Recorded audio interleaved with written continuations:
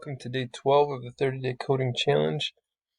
There's a lot of stuff we could do, but we kind of like the way we have the calculator sitting. It's easy to understand, and we just want to show you how to bring in some different equations from the math package, and module is another good word for it, and modify them for fit. We'll definitely include trig functions, and then see if we can get to absolute value in the square root. So let's get to it. Okay, so we pasted in all of our code. Again, if you missed this for some reason, you could do this without importing any of this right here. You'd notice that I also imported math, so you did not have that in. Right now, I would go ahead and we are going to import the math package. Now what I'm going to do is just scroll down through this. Again, you don't need this code and it won't read swampy for you because, sorry, not those, this stuff. Because in a previous challenge we put in a character. So that code would be your character. We have a definition for drawing the axis. We have a definition for drawing the vertical grid, the horizontal grid, and then our algorithm that's for painting, sweeping across and painting our equation is what we called it, to painting point. And then we just executed the program then really with three functions to abstract is what we did yesterday. Now notice that our equation is hard-coded, or mine's in line 55. Find where your y equals equation is hard-coded. That's what we're going to play around with today. Now, I scrolled through that, so if you were behind, you could go back and go through it and get your code caught up. And we are going to go to the math Python documentation. So similar to we went to the turtle documentation, there's also a package that we imported there called math. And remember, you can do Control F to find things. Like I was searching square root before, you can search trig. Notice that the trig shows arc sine, which is like arc cosine, which is cosine inverse, if you call it that.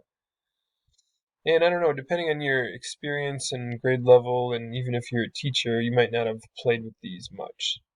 Okay, so let's just say we wanted to do sine first. If I type in SIN, we just want to do regular sine.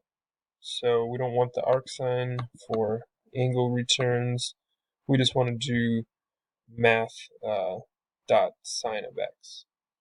All we have to do is come back in here and type it in. Now it does say it's going to default to radians. We're not going to mess around with that just for time's sake today. I just want to show you how to get them in here.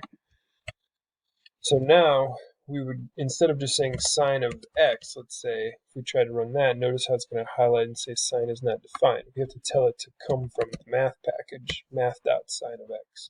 And if we execute this, notice that it is going to graph it, but this is a huge, huge graph. Excuse me, it appears as a 10 by 10 graph, and there is a way to zoom into it. It's just a little tricky and time consuming, so we decided not to include it. But it's also good to play around with just, okay, well, if you have a mastery of sine, cosine, tangent, let's say your kids did, then you can show them how to manipulate or ask them to manipulate. For example, if I change the number in front of here, you know what, I included a picture of this because I figured some people might be out of this, realm, or have been out of this realm for a while. So you have, let me just pick a decent one, sorry. You have things in there called like amplitude, right? Amplitude is the height, and then you have the frequency with how often the waves occur. So if you're teaching trig, those things are very familiar. If not, you may have forgotten them. But type in here with me we'll do 1 divided by 40, just in front of x, and then we do have to have a times here because I won't know to default to multiplying. So you do have to do Shift 8 and times there, and we can run this. And notice that it's smoothed out, right? It's just not very tall. It's still only got a height of 1. So we'd have to go in and multiply that out front, which actually gives the amplitude. So out front here, type of 40 times that and play it again. And now we'll get a smooth looking curve, a smooth looking wavelength that is sinusoidal. So you could play around with those numbers if you want to, but again, it's just a way to get some kind of different graphic happening and showing that the sweeping function works. Again, I do apologize to code the zooming in was a little tricky for and we didn't want to play this out for multiple more days.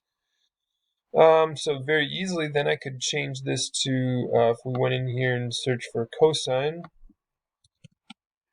very easily I could go in and find just the regular cosine, right? And this is in radians, not in degrees, which is fine. And I would just change this to math.cosine.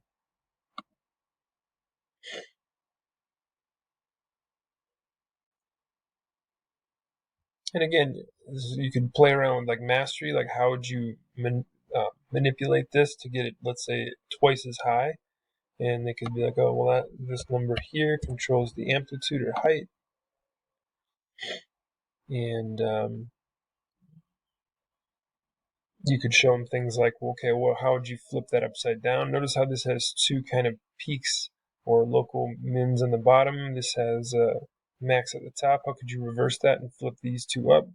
And talk about reflection and how you can shift those. I'd multiply this amplitude by negative, and notice how that flip-flops the function.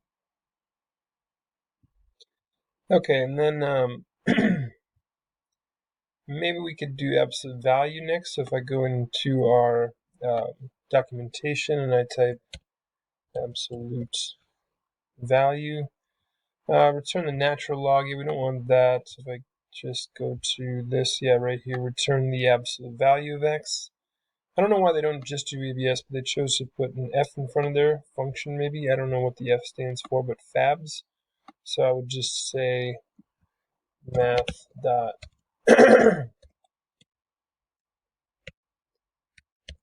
and now this one, because excuse me, because it works the same no matter what the how far the x value starts out. Won't really need to mess with it or alter it at all. But you could talk about why that V shape is and just remind kids of that. You could mess around with slope, or what's like slope, I guess, even though it is all on the positive side of the y-axis. So if you, or of the, positive side. So if you look at this one, you could talk about how that's twice as steep and so on, but producing V shape. And then I played around with here just, excuse me, a minute ago. Square root. And if I search square root, SQRT, that is the standard square root shortcut for computers. So if I do math dot SQRT, I was playing around with that and what would happen, and just thinking about why, but it looks like it won't even graph it. And I was like, oh, we told it to start this x value to start at negative 200. Then I thought to myself, well, it should be producing an error, but it does not.